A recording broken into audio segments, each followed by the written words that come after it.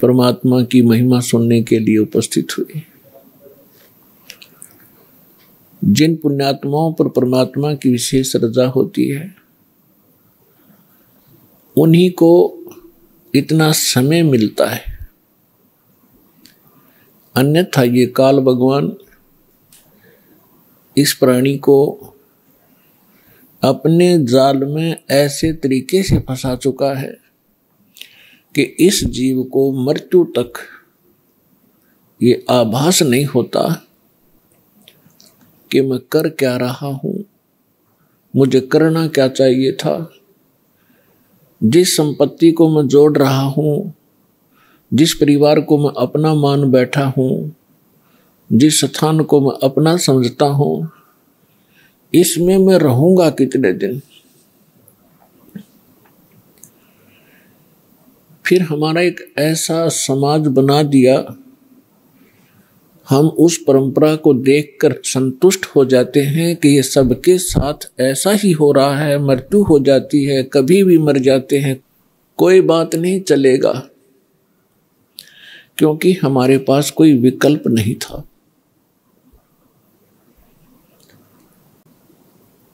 अब परमात्मा स्वयं आए, यथार्थ ज्ञान हमें बताया, तो हमारी कुछ आंखें खुली, क्योंकि ज्ञान से ही एक सतर्कता आती है, ज्ञान से ही रुचि बनती है, ज्ञान से ही दिशा बदलती है। और ज्ञान अधिकारी के मुख से उच्चरित होगा तो वो असर भी करता है। यहाँ पर लाखों की संख्या में ऐसे श्रद्धालु हैं जो शराब पीते थे, तमाकू सेवन करते थे, बीड़ी सिगरेट हुक्का के माध्यम से, और वो नहीं छोड़ पाते थे। ये शिक्षा माता पिता और भी सभ्य समाज के लोग कहा करते हैं कि भी शराब नहीं पीनी चाहिए, तमाकू नहीं पीना चाहिए, अच्छी बात नहीं, लेकिन वो खुद भी पी रहे होते हैं। तो कहने का तात्पर्य है कि ये काल भगवान, ये ब्रह्म, ज्योत स्वरूपी निरंजन, जिसको ऋषि महर्षि ब्रह्म कहा करते थे, और वो ब्रह्म साधना करके अपने आप को सबसे सुपीरियर माना करते थे, इसने इस जीव को ऐसे ढंग से फंसा लिया और ये विकार ज्यादा करवाता है। इसने अपना एक मन एलिमेंट छोड़ दिया आत्मा के साथ में। आत्मा को आवश्यकता है परमात्मा की महिमा की, परमात्मा के गुणगान हो, इसको उसकी आवश्यकता है। और ये मन इसके ऊपर प्रधान बना दिया, इसको डरा धमका के रखता है, भयभीत रखता है और विकारों की तरफ घसीट ले जाता है। विचार करने की बात है, तमाकू कोई पीने की चीज है? तमाकू इस शरीर को कार्बन डाइऑक्साइड की बजाय ऑक्सीजन की आवश्यकता है, और ये इसमें कार्बन डाइऑक्साइड इसमें प्रवेश करवाता है हुक्का बीड़ी सिगरेट के माध्यम से, और जिसके कारण आत्मा मलिन होती है, मन में विकार पैदा होते हैं, स्वभाव ठीक नहीं रहता। और स्वभाव ठीक नहीं रहेगा तो हम एक दूसरे के साथ छोटी सी बात पर भिड़ पड़ेंगे, लड़ पड़ेंगे, लट्ठम लट्ठा, तमोगुण बन जाते हैं। फिर शराब कोई पीने की चीज है जिसको पी के बेसुध हो जावा इंसान, और मांस कोई खाने की वस्तु है। अब हम कितनी स्पीड से इन बुराइयों को ग्रहण कर रहे हैं। तो काल ये चाहता है कि ये आत्मा परमात्मा की है और ये हमारे साथ प्रतिशोध ले रहा है। इस नालायक ने गलती खुद करी और फिर गलती हमने करी कि हम इसके साथ आ गए, इसके ऊपर आसक्त होकर के। इसने वहां ऐसी गलती करी जो ऐसे सच्चे लोक में अलाउड नहीं। एक युवा लड़की के ऊपर बदनीयत की और जिसका दंड इसको मिला कि वहां से निष्कासित किया गया। हम इसके साथ पहले ही चिपक चुके थे तो हम भी यहां फंस गए। तो इसने गलती स्वयं की और अक्षुब्ध भगवान से हो गया। हम उसके बच्चे परमात्मा के इसके साथ आ गए। इसने हमारी वो दुर्गति कर रखी है जिस समय आपकी या भांग उतर जाएगी या काल की भांग, जिसको तुम एक श्रेष्ठ काम समझ रहे हो, कोठी बनाना, बंगले बनाना, ब्याह शादी में बकवाद करना, गोटी लगाना, और ये ज्ञान जब आपके हृदय में समाएगा तो पता चलेगा आपको आप कैसा जीवन जी रहे हो। तो ये चाहता है कि जितने आप दुखी होगे परमात्मा उतना ही दुखी होता है। जिस माता पिता के बालक दुखी हो वो चैन से सो नहीं सकता, आहार भी नहीं कर सकता। और उस परमात्मा के आप बच्चे हो, इसने क्या हालत कर रखी आपकी। किसी का कैंसर होगी, किसी का टांग टूट गई, किसी का आंख फूट गई, किसी को कोड लगा है, कोई वैसे मानसिक परेशानियां। फिर बाकी बच्चे हैं बकवादों पर लगा दिए, घुट्टी डालो, फिल्म देख लो, मांस खा लो, नरे कर्म बिगड़वाता आपके। और फिर इसने कहा है कि जैसे कोई कर्म करेगा मैं तो भगवान वैसा ही फल देता हूं। और इस मन एलिमेंट को छोड़ रखा है, सारी बकवाद करवाता है। और ये मन इतना पावरफुल है, ये समझ लो ये ज्योत निरंजन ही है। और ये ब्रह्मा विष्णु महेश के भी वश नहीं। तो जीव की औकात आपकी।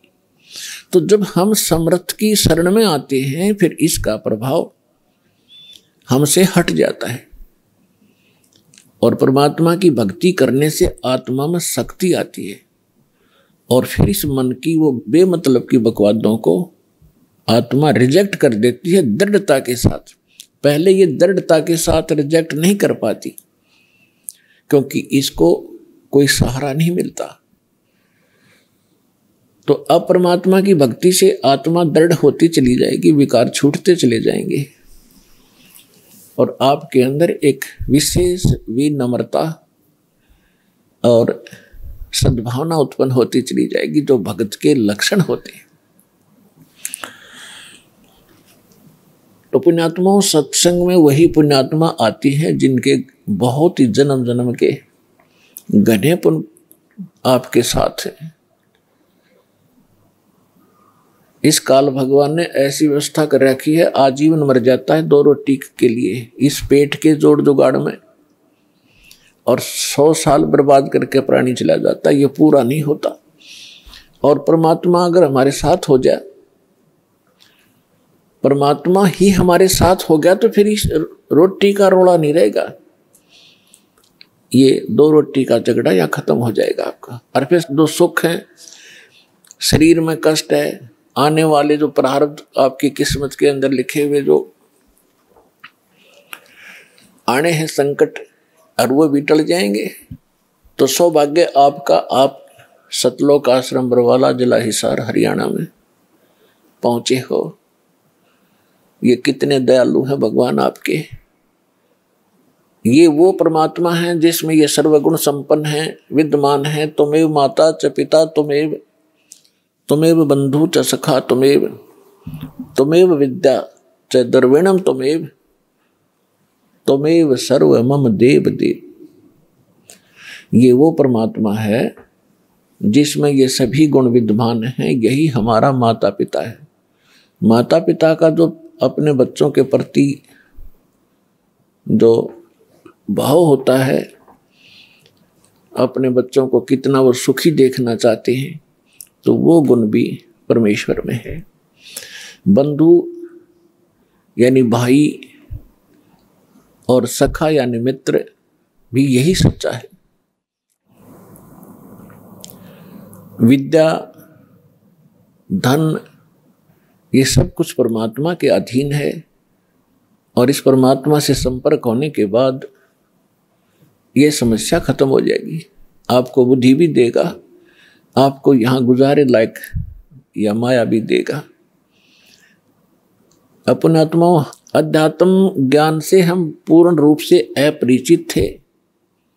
हम लोक वेद दंत कथा सुन सुनकर उसी पर आसक्त हो गए थे, उसी ज्ञान को अंतिम मान लिया था।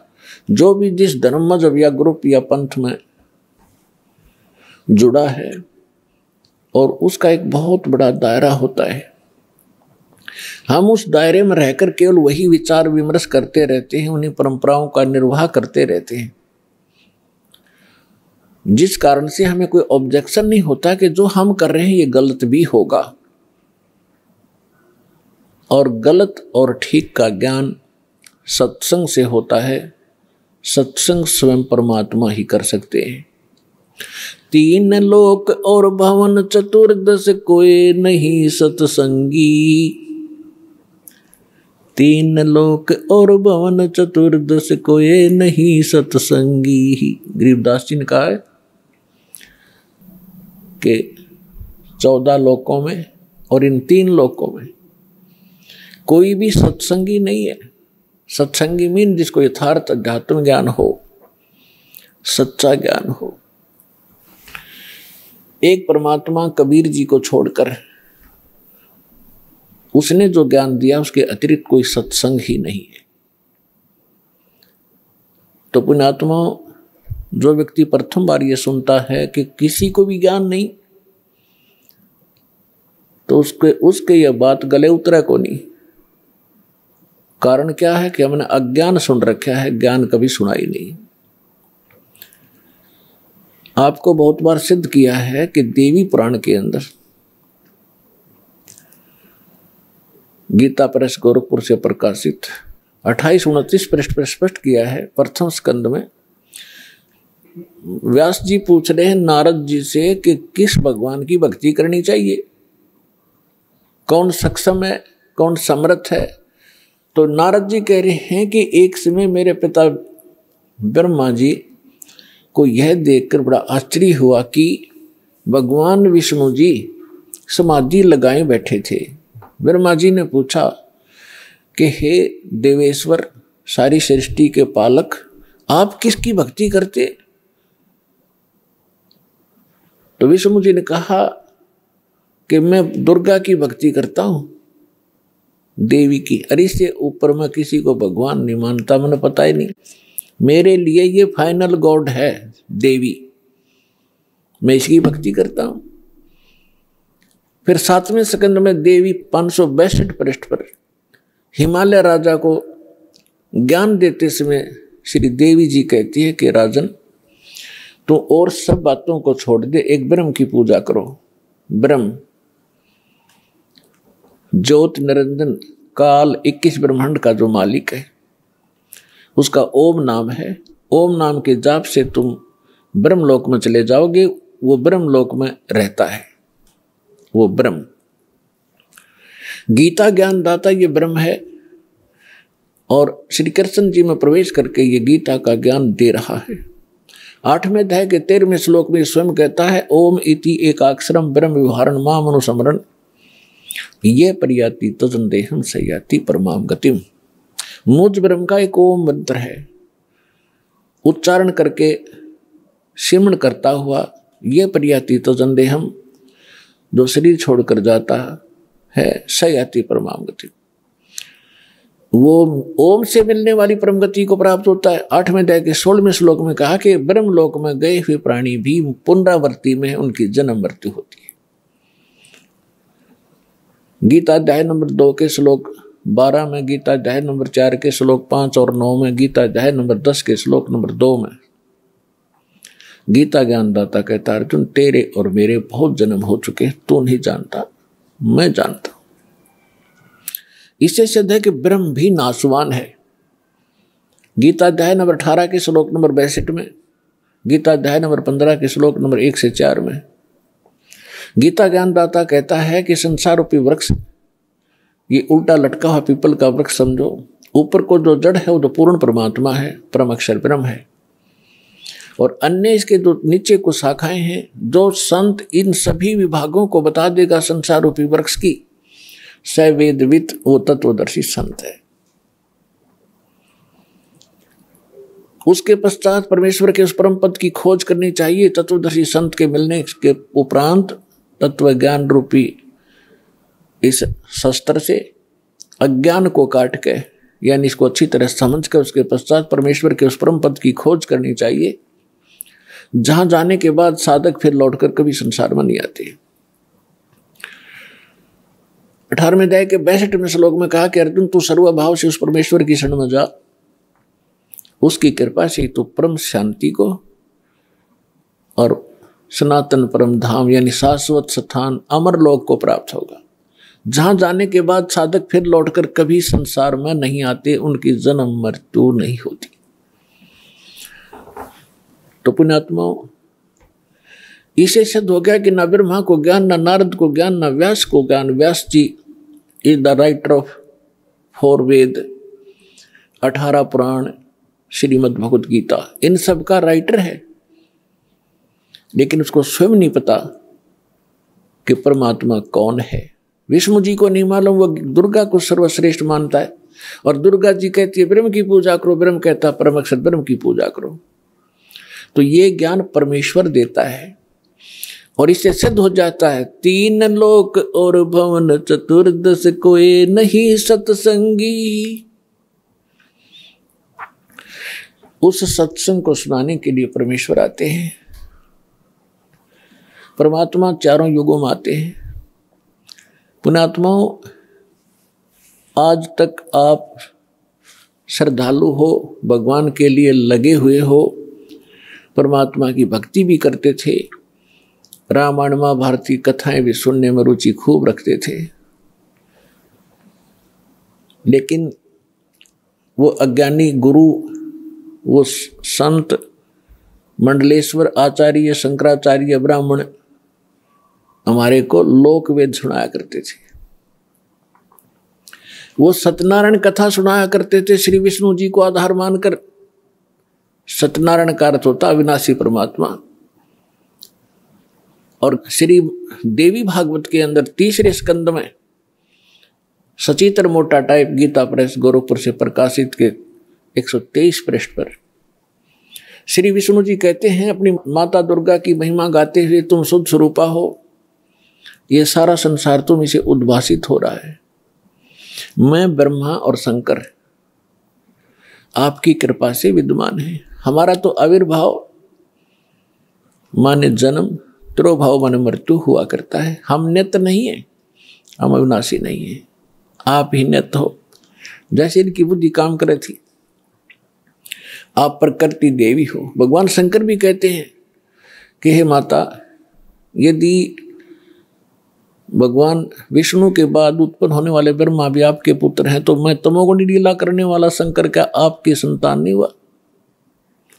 अर्थात मुझे भी जन्म देने वाली तुम ही हो। और ये हमारे शंकराचार्य आचार्य, ये नकली गुरु ब्राह्मण, ब्रह्मा विष्णु अजर और अमर हैं, सर्वेश्वर हैं, कोई माता पिता नहीं है। खाक पढ़ा इन्हें सदग्रंथों को। ये खाक टीचर थे जिसने सिलेबस का ज्ञान नहीं, मूर्ख बना रखा था हमारे को। इस अज्ञान को हटाने के लिए स्वयं परमेश्वर आते हैं। 4 युग में मेरे संत पुकारे, को के कहा हम हेल रे, हीरे माणक मोती बरसे, ये जग चुगता ढेल रे। 4 युग में परमात्मा कहते हैं हम आए हैं, और अच्छी आत्माओं को मिलते हैं, उनको तत्व ज्ञान से परिचित कराते हैं। फिर वो मुझसे परिचित होकर के वो महापुरुष भी मेरी महिमा को यथार्थ रूप में सुनाते हैं, लेकिन कोई सुनने वाला नहीं होता, क्योंकि अज्ञान घना होता है। और परमात्मा कहते हैं हम भी, मैं भी आता रहता हूं प्रत्येक युग में भिन्न भिन्न रूप बना कर, और ये हमारे ज्ञान को ना सुन करके हम यथार्थ ज्ञान, यथार्थ भक्ति विधि रूपी हीरे मोती लालों की वर्षा करते रहते हैं, जगह जगह ज्ञान सुनाते हैं। लेकिन ये भोली आत्मा हीरे मोती लालों को ना पहचान कर, उनको ठोकर मारकर कंकरों की गठड़ी बांध कर वजन उठाए फिर रहे हैं। हम जो साधना कर रहे हैं बड़ी श्रेष्ठ है। गीता अध्याय नंबर 16 के श्लोक 23 और 24 में स्पष्ट कर दिया है कि शास्त्र विधि को त्याग कर जो मनमाना आचरण करते हैं, मनमानी पूजाएं करते हैं, उनको न तो सुख होता है, ना उनका कोई सिद्धि प्राप्त होती है और न ही उनकी गति होती है। फिर साधना करते किस लिए? अब जितने भी हमारे धर्म गुरु हिंदू धर्म के क्या नाम देते? ओम नमः शिवाय, ओम नमः भगवते वासुदेव, हरे कृष्ण राधे राधे श्याम मिला दे, राम राम हरे हरे, संसर नामा विष्णु जी का। और घने चतुर और घने सुपीरियर मानते हो, कहते हो ओम ओम, बस ओम सबसे बड़ा नाम। तो पुण्यात्माओं, हरे राम हरे कृष्ण किसी भी सदग्रंथ में मंत्र नहीं, ओम नमः शिवाय किसी ग्रंथ में नहीं, ओम नमो भगवते वासुदेव किसी ग्रंथ में नहीं।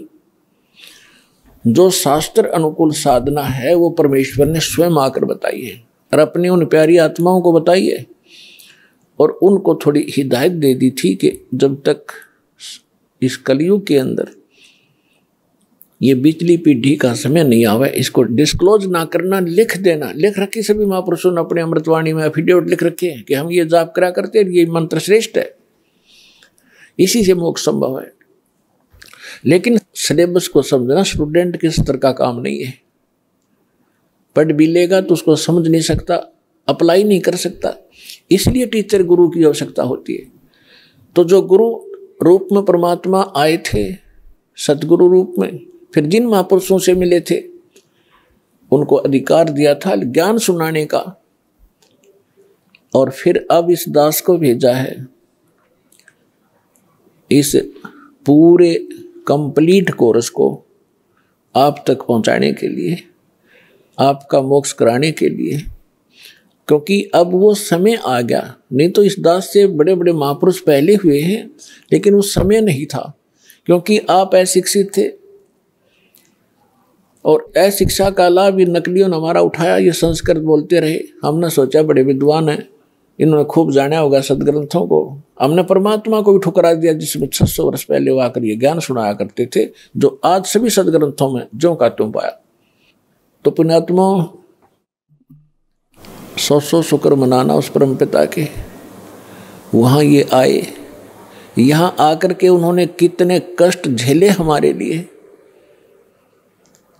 परमात्मा के उसी इतिहास को जो 600 वर्ष पहले परमेश्वर कबीर जी यहाँ आए थे, ये ज्ञान सुनाया करते थे, जो दास आज उसी परम पिता का दिया हुआ एज इट इज आप तक पहुँचा रहा हूँ। अपनी तरफ से इसमें कोई मिलावट नहीं कर सकता, क्योंकि जीव का जो ज्ञान होगा वो घटिया होगा, परमात्मा का ज्ञान वो सत्य होगा। तो वो सत्य ज्ञान आप तक पहुँचा रहा हूँ, ये सत्संग कर रहा हूँ। परमात्मा ने सत्संग किया था या उन महापुरुषों ने जो भगवान से मिले थे, लेकिन उनको रिजेक्ट कर दिया हमने, क्योंकि हम बालक थे, हम अशिक्षित थे, अनजान थे। आज परमात्मा ने आपको अक्षर ज्ञान कराया। ये अक्षर ज्ञान आपके लिए विष है। बेशक आप कितने विद्वान पाक गए हो, डॉक्टर, इंजीनियर, जज, वकील बन गए हो, भगवान की भक्ति नहीं है तो खाक है ये। एक रोजी रोटी तो कहीं चला ले इंसान, कल मृत्यु होगी, गधा अपने कुत्ता अपने का खाज लग गए, और क्या खाओगे फिर? आपको केवल इस ही जीवन का ज्ञान है, आपको भविष्य का, आगे का नहीं। आगे के ज्ञान बिना ये खाक ज्ञान है फिर। तो ये ज्ञान देना जरूरी था। मालिक को मालूम था कि बिगड़ेंगे ये। अहंकार हो गया आपके अंदर, 2 कौड़ी का 2 छोटा सा पोस्ट मिल जाए, फूला नहीं समाता, और कल मृत्यु होकर गधा बन जाए, क्या रे माटी होती है उसकी। तो परम, और पहले आप देखो पिछले इतिहास उठा के हमारे पूर्वजों के कितने विनम्र थे, कितनी दया थी उनके अंदर, कितने नेक विचार थे। और आज हम किस स्तर पर पहुंच चुके, इस विद्या की देन है। लेकिन मालिक को मालूम था कि मेरा ज्ञान ऐसा है, इनको फिर सेट कर देगा, लेकिन शिक्षा प्राप्त हुए बिना ये मुझे समझ नहीं सकते, इनका कभी कल्याण नहीं हो सकता। इसलिए आपको ये अक्षर ज्ञानदाता ने अनिवार्य समझा, तभी इस आग को आपके निकट नहीं आने दिया। 4 युग चले गए। अब इसका हम फायदा उठाएंगे। अब हम बकवादों में चल पड़े, टीवी देखते हैं, बेहुदे ढंग के कपड़े पहनते बहन बेटियां भी, और इसको बड़ा विकास मानते हो, अच्छे घरों की लड़कियां हैं। ये खाक है, ऐसे कार्टून बनकर निकलती हैं घर से, लड़के भी लड़कियां भी। तो इस विद्या की देन है ये। अब इस ज्ञान से हमें पता चलेगा, लज्जा आया करेगी हमें ऐसे ऐसे बकवाद करने में। और हम भगवान भजेंगे और अपना कल्याण करवाएंगे। सतगुरु आए दया करी, ऐसे दीन दयाले, बंदी छोड़ वृत्तास कहा, जठरगनी प्रतिपाल। सतगुरु आए दया करी, ऐसे दीन दयाल। होय होय, हम किसी भयंकर गलती करके आए सतलोक में, बड़ी थाली का ठोकर मार के आए हम, और आज हम एक टुकड़े के लिए कोई देश जाता है, कोई परदेश जाता है, उसके लिए गरीबदास साहब जी कहते हैं, उत्तर दक्षिण पूर्व पश्चिम फिरदा दाणे दाणे नो, सर्व कला सतगुरु साहेब की, हरि आए हरियाणे नु।